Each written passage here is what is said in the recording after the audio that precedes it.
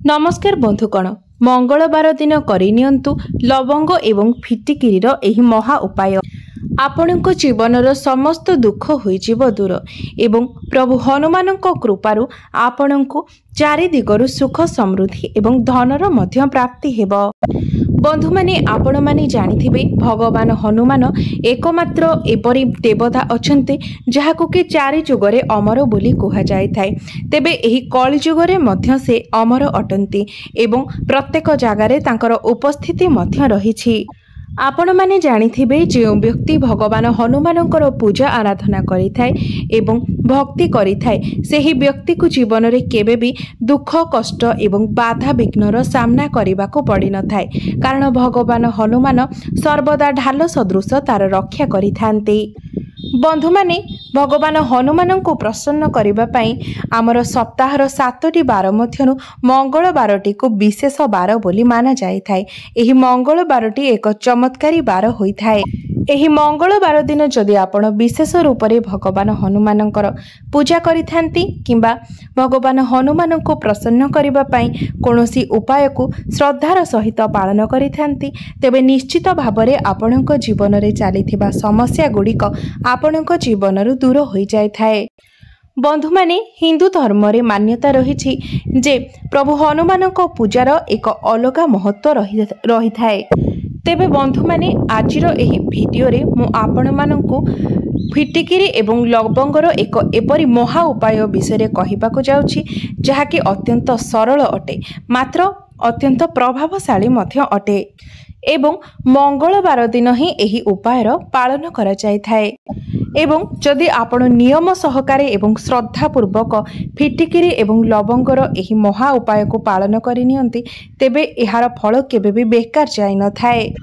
एही उपायटी करिबा द्वारा आपणक जीवन रे चलीथिबा समस्त प्रकारर दुख कष्टर अंत होइथाए, समस्त समस्यार समाधान होइथाए एवं आर्थिक स्थिति मध्य सुदृढ़ होइथाए, धन प्राप्तिर अनेक जोग मध्य सृष्टि होइथाए।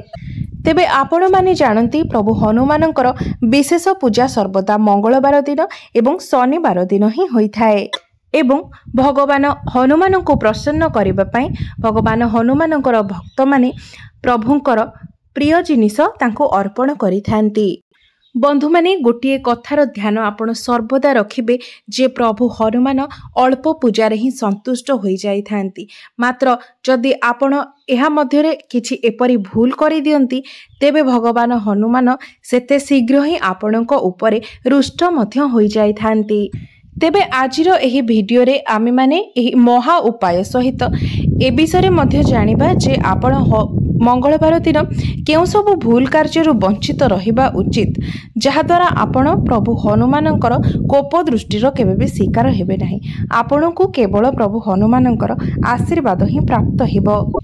बंधु माने जदि आपण कोनोसी चाकरी करिबा पई चाहुछंती मात्र सेथिरे आपण केबे भी सक्सेस होई पारु नाहंती, आपणकु निज मन पसंदर आपणकर योग्यता अनुसार चाकरी मिली पारु नाही, आपणकर व्यापार वाणिज्य रे मांदा परिस्थिति उत्पन्न होई सारिछि, आपणक गृह को धन आगमनर रास्ता गुड़िक बंद हो जाइछि एवं धन आसिले मध्य ताहा अजथा व्यय हो जाउछि, घरे प्रत्येक दिन कली झगड़ा लगी रहुछि, घरर सदस्य मानक मध्यरे सर्वदा मनांतर मतांतर लगी रहुछि। तेबे एसबुर मुख्य कारण कौन होइथाय? बंधु माने एहार मुख्य कारण मध्य एहा होई पारे जे आपणकर कुंडली रे मंगलंकर स्थिति खराब होई थाई पारे। मंगल आपणकर कुंडली रे दुर्बल स्थिति रे रही थाई पारंती किंबा अशुभ फल प्रदान करुथाई पारंती, कारण जानतरे अथवा अजाणतरे आपण एपरी किछि भूल करुथाई पारंती जेउ कारणरू कि आपणकर कुंडली रे मंगल ग्रहंकर स्थिति खराब हो जाय थाए। तेबे बंधु माने ए सबु समस्यार समाधान पाई एही भिडियोटी को आपण स्किप न करी शेष पर्यंत निश्चय देखंतु एवं भिडियोटी को लाइक करी चैनल को सब्सक्राइब करंतु एवं भिडियो रे कमेंट बॉक्स रे आपण श्रद्धा एवं भक्तिर सहित जय श्री हनुमान निश्चय लिखंतु। बंधु माने प्रथमे आमे जानि नेबा जे मंगलवार दिन आपण केउ सब कार्यरु वंचित रहिबा उचित। ତେବେ ଭଗବାନ ହନୁମାନଙ୍କର ଲଡୁ ଭୋଗଟି ଅତ୍ୟନ୍ତ ପ୍ରିୟ ହୋଇଥାଏ। ତେବେ ଆପଣ ଭଗବାନ ହନୁମାନଙ୍କୁ ଲଡୁର ଭୋଗ ଅବଶ୍ୟ ଅର୍ପଣ କରନ୍ତୁ। ମାତ୍ର ଏହି କଥାର ଧ୍ୟାନ ରଖିବେ ଯେ କ୍ଷୀରରେ ପ୍ରସ୍ତୁତ ମିଠା ଆପଣ ଯେମିତି କେବେ ବି ଭଗବାନ ହନୁମାନଙ୍କୁ ଅର୍ପଣ କରନ୍ତି ନାହିଁ। କାରଣ କ୍ଷୀରରେ ପ୍ରସ୍ତୁତ ମିଠା ଆପଣ ଭଗବାନ ହନୁମାନଙ୍କୁ ଅର୍ପଣ କରିବା ଦ୍ୱାରା ଏହା ଆପଣ ଭଗବାନ ହନୁମାନଙ୍କର କୋପ ଦୃଷ୍ଟିର ଶିକାର ହୋଇଥାନ୍ତି। ଆପଣ ପ୍ରସାଦରେ ବୁନ୍ଦିର ଲଡୁ କିମ୍ବା ବେସନର ଲଡୁ ଅର୍ପଣ କରିବା ଦ୍ୱାରା ଆପଣ ଭଗବାନ ହନୁମାନଙ୍କର ବିଶେଷ କୃପା ଦୃଷ୍ଟିର ପାତ୍ର ହୋଇଥାନ୍ତି। ଦ୍ୱିତୀୟରେ, ମଙ୍ଗଳବାର ଦିନ ଆପଣ ଭୁଲରେ ବି କେବେ ମଦ୍ୟପାନ କରନ୍ତୁ ନାହିଁ କିମ୍ବା ମାଂସାହାର କରନ୍ତୁ ନାହିଁ। କାରଣ ଏପରି କରିବା ଦ୍ୱାରା ସୁନିଶ୍ଚିତ ରୂପରେ ଆପଣଙ୍କର କୁଣ୍ଡଳୀରେ ମଙ୍ଗଳ ଗ୍ରହଙ୍କର ସ୍ଥିତି ଖରାପ ହୋଇଯାଇଥାଏ ଏବଂ ଏପରି କରିବା ଦ୍ୱାରା ଆପଣ ଯେଉଁ ବି କାର୍ଯ୍ୟ ଆରମ୍ଭ କରିଥାନ୍ତି ସେଥିରେ ଆପଣଙ୍କୁ ସଫଳତା ମିଳିନଥାଏ ଏବଂ ଗୋଟିଏ ଛୋଟିଆ କାର୍ଯ୍ୟ ପାଇଁ ମଧ୍ୟ ଆପଣଙ୍କୁ ବହୁତ ଅଧିକ ପରିଶ୍ରମ କରିବାକୁ ପଡ଼ିଥାଏ ଏବଂ ପରିଶ୍ରମର ଫଳ ମଧ୍ୟ ଆପଣଙ୍କୁ ବହୁତ ଡେରିରେ ପ୍ରାପ୍ତ ହୋଇଥାଏ। ତୃତୀୟରେ, ଆପଣ ମଙ୍ଗଳବାର ଦିନ କେବେ ବି ଘରକୁ ଲୁଣ କିଣି ଆଣନ୍ତୁ ନାହିଁ କିମ୍ବା ଅଲଗା ଲୁଣ ବ୍ୟବହାର କରନ୍ତୁ ନାହିଁ। ଅର୍ଥାତ୍ ଆପଣଙ୍କ ଖାଦ୍ୟରେ ଯଦି ଲୁଣ କମ୍ ହୋଇଯାଇଛି ତେବେ ଆପଣ ଆଉ ଥରେ ଲୁଣର ବ୍ୟବହାର କରନ୍ତୁ ନାହିଁ କିମ୍ବା ଖାଇବା ସମୟରେ ଆପଣଙ୍କ ଖାଦ୍ୟ ସମ୍ମୁଖରେ ଲୁଣ ଡବା ମଧ୍ୟ ରଖନ୍ତୁ ନାହିଁ। ଚତୁର୍ଥରେ, ଆପଣ ମଙ୍ଗଳବାର ଦିନ କେବେ ବି ପଇସାର ଦେଣ ନେଣ କରନ୍ତୁ ନାହିଁ। କାହାଠାରୁ ପଇସା ଆଣନ୍ତୁ ନାହିଁ କିମ୍ବା କାହାଠାରୁ ପଇସା ଦିଅନ୍ତୁ ନାହିଁ। କାରଣ ମଙ୍ଗଳବାର ଦିନ ଏପରି କରିବା ଦ୍ୱାରା ଆପଣଙ୍କ ଜୀବନରେ ସର୍ବଦା ଧନର ଅଭାବ ଲାଗି ରହିଥାଏ। ପଞ୍ଚମରେ, ଆପଣ ମଙ୍ଗଳବାର ଦିନ ସର୍ବଦା ବ୍ରହ୍ମଚର୍ଯ୍ୟ ବ୍ରତର ପାଳନ କରନ୍ତୁ। କାରଣ ପ୍ରଭୁ ହନୁମାନ ବାଳ ବ୍ରହ୍ମଚାରୀ ଅଟନ୍ତି ଏବଂ ଯଦି ଆପଣ ଭଗବାନ ହନୁମାନଙ୍କର କୃପାର ପ୍ରାପ୍ତ ହେବା ପାଇଁ ଚାହୁଁଛନ୍ତି ତେବେ ଆପଣ ମଙ୍ଗଳବାର ଦିନ ସର୍ବଦା ବ୍ରହ୍ମଚର୍ଯ୍ୟ ବ୍ରତର ପାଳନ କରିବା ଉଚିତ। ନଚେତ୍ ଆପଣଙ୍କୁ ଜୀବନରେ ଅନେକ ଗୁଡ଼ିଏ ସମସ୍ୟାର ସମ୍ମୁଖୀନ ହେବାକୁ ପଡ଼ିଥାଏ। ଷଷ୍ଠରେ, ଆପଣ ଏହି କଥାର ଧ୍ୟାନ ରଖିବେ ଯେ ମଙ୍ଗଳବାର ଦିନ କେବେ ବି ଆପଣ ପଶ୍ଚିମ କିମ୍ବା ଉତ୍ତର ଦିଗକୁ କେବେ ବି ଯାତ୍ରା କରିବେ ନାହିଁ। ମାତ୍ର ଯଦି ଆପଣଙ୍କୁ ପଶ୍ଚିମ କିମ୍ବା ଉତ୍ତର ଦିଗକୁ ଯିବାଟା ଅତ୍ୟନ୍ତ ଜରୁରୀ ଅଛି ତେବେ ଆପଣ ସାଥିରେ କିଛି ଗୁଡ଼ ନେଇଯାଆନ୍ତୁ ଏବଂ ଗଲାବେଳେ ବାଟରେ କିଛି କିଛି ଖାଇକରି ଯାଆନ୍ତୁ। ଏପରି କରିବା ଦ୍ୱାରା ଆସୁଥିବା ଅଶୁଭତ୍ୱର ଖଣ୍ଡନ ହୋଇଥାଏ। ତେବେ ଏସବୁ ଥିଲା କିଛି ବିଶେଷ କଥା ଯେଉଁ କଥାଗୁଡ଼ିକ ଆପଣ ମଙ୍ଗଳବାର ଦିନ ଧ୍ୟାନରେ ରଖିବା ଉଚିତ ଏବଂ ଏହି ସବୁ କାର୍ଯ୍ୟରୁ ନିଜକୁ ନିବୃତ୍ତ ରଖିବା ଉଚିତ। ତେବେ ଆସନ୍ତୁ ବର୍ତ୍ତମାନ ଜାଣିନେବା ସେହି ଉପାୟ ବିଷୟରେ ଯେଉଁ ଉପାୟକୁ ଆପଣ ମଙ୍ଗଳବାର ଦିନ କରିବା ଦ୍ୱାରା ଆପଣଙ୍କ ଜୀବନର ଅନେକ ସମସ୍ୟାର ସମାଧାନ ହୋଇଥାଏ। ପ୍ରଥମ ଉପାୟଟି ହେଉଛି ମନସ୍କାମନା ପୂର୍ତ୍ତିର ଉପାୟ। ତାହା ଆପଣଙ୍କର ଚାକିରିକୁ ନେଇ ହେଉ, ସନ୍ତାନକୁ ନେଇ ହେଉ କିମ୍ବା ଧନଜନିତ ହେଉ, ଯେକୌଣସି ବି ମନସ୍କାମନା ଥାଉ ସେହି ମନସ୍କାମନାକୁ ପୂର୍ଣ୍ଣ କରିବାର ଏହି ଉପାୟ। ତେବେ ଏହି ଉପାୟଟି ଆପଣଙ୍କୁ ଲଗାତାର 7ଟି ମଙ୍ଗଳବାର ପର୍ଯ୍ୟନ୍ତ କରିବାର ଅଛି। 7ଟି ମଙ୍ଗଳବାର ଅର୍ଥାତ୍ 7ଟି ସପ୍ତାହ ପର୍ଯ୍ୟନ୍ତ ଆପଣଙ୍କୁ ସମସ୍ତ ନିୟମ ଗୁଡ଼ିକର ପାଳନ କରିବାର ଅଛି। 7ଟି ସପ୍ତାହ ପର୍ଯ୍ୟନ୍ତ ଆପଣ ତାମସିକ ଭୋଜନ ଏବଂ ନିଶା ଦ୍ରବ୍ୟଠାରୁ ଦୂରେଇ ରହିବେ। ତେବେ ଯାଇ ହିଁ ଆପଣଙ୍କର ଏହି ମନସ୍କାମନା ପୂର୍ତ୍ତିର ଉପାୟଟି ଫଳପ୍ରଦ ହେବ। ତେବେ ଆପଣ ପ୍ରତ୍ୟେକ ମଙ୍ଗଳବାର ଦିନ ବ୍ରହ୍ମ ମୁହୂର୍ତ୍ତରୁ ଉଠି ନିଜର ସ୍ନାନ କାର୍ଯ୍ୟ ସମାପନ କରିନିଅନ୍ତୁ।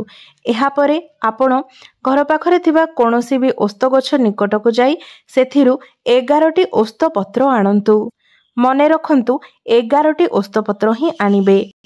ତାପରେ ସେହି ପତ୍ରକୁ ଗଙ୍ଗା ଜଳରେ ଧୋଇ ଆପଣ ପରିଷ୍କାର କରିନିଅନ୍ତୁ ଏବଂ ସିନ୍ଦୁର କିମ୍ବା ଲାଲ ଚନ୍ଦନରେ ଆପଣ ସେହି ପତ୍ର ଉପରେ ଜୟ ଶ୍ରୀରାମ ଲେଖି ସେହି ପତ୍ରରେ ଏକ ମାଳା ବନାଇ ନିଅନ୍ତୁ ଏବଂ ସେହି ମାଳାକୁ ନେଇ ଆପଣ କୌଣସି ବି ହନୁମାନ ମନ୍ଦିରକୁ ଯାଆନ୍ତୁ ଏବଂ ସେହି ମାଳାଟିକୁ ଆପଣ ଭଗବାନ ହନୁମାନଙ୍କୁ ଅର୍ପଣ କରନ୍ତୁ।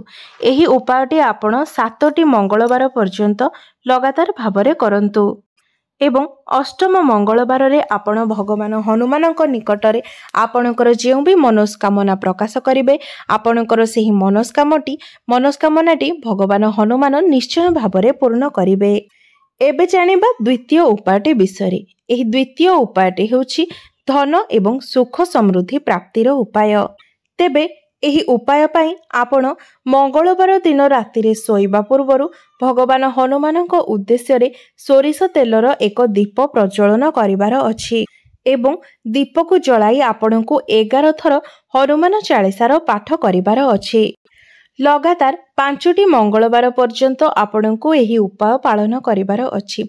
एही उपायटी आपण 5टी मंगलवार दिन मंगलवार पर्यंत जदि विधि विधान सहकारे नियम पूर्वक पालन करनियंती तेबे निश्चित भाବରେ आपणଙ୍କ जीवन रे धन धान्य एवं सुख समृद्धिर वृद्धि होइताए।